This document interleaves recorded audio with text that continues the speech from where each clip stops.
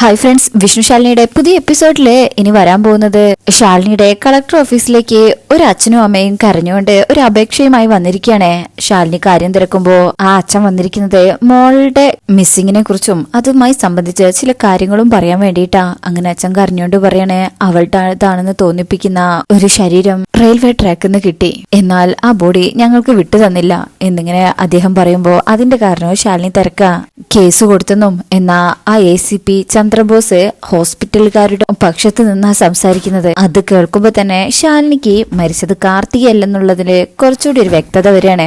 കാരണം ആ ബോഡി ആയിരിക്കും അവര് കത്തിച്ച് മനസ്സിലാകാത്ത വിധം നെട്ടൂർ പാലത്തിന്റെ താഴെ കൊണ്ടുവച്ച് അത് കാർത്തികയുടേതാണെന്ന് വാദിച്ച് വിഷ്ണുവിനെ അറസ്റ്റ് ചെയ്തത്. അങ്ങനെ ഇതൊക്കെ മനസ്സിലാക്കുന്ന ശാലിനി അത് സത്യമാണോന്ന് തിരിച്ചറിയാൻ വേണ്ടിയിട്ട് മറ്റൊരു പണി ചെയ്യുന്നുണ്ട്. അതായത് അതിന് സഹായം തേടുന്നത് സുസ്മിതയുടെ ഹസ്ബൻഡിന്റെ അടുത്താ.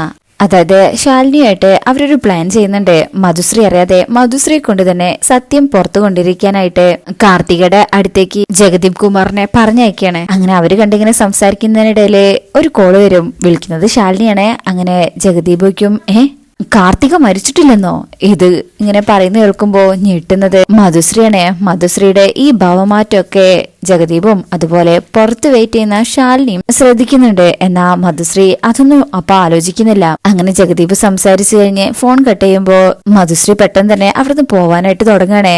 പോവാനുള്ള തിടുക്കവും കാണിക്കുന്നുണ്ട്. മധുശ്രീ കാറെടുത്ത് പോയി കഴിഞ്ഞാൽ പിന്നാലെ തന്നെ ശാലിനിയുടെ കാർ അങ്ങോട്ട് വരും. ജഗദീപ് വന്നിട്ട് ഓക്കെ അല്ലേ മാഡം എന്ന് നോക്കുമ്പോ ശാലിനി പറയും ഓക്കെ. അങ്ങനെ ജഗദീപിനെയും കാറിൽ കയറ്റി മധുശ്രീ പോകുന്നിടത്തേക്ക് ശാലിനിയും ജഗദീപും കൂടെ പോവാണേ.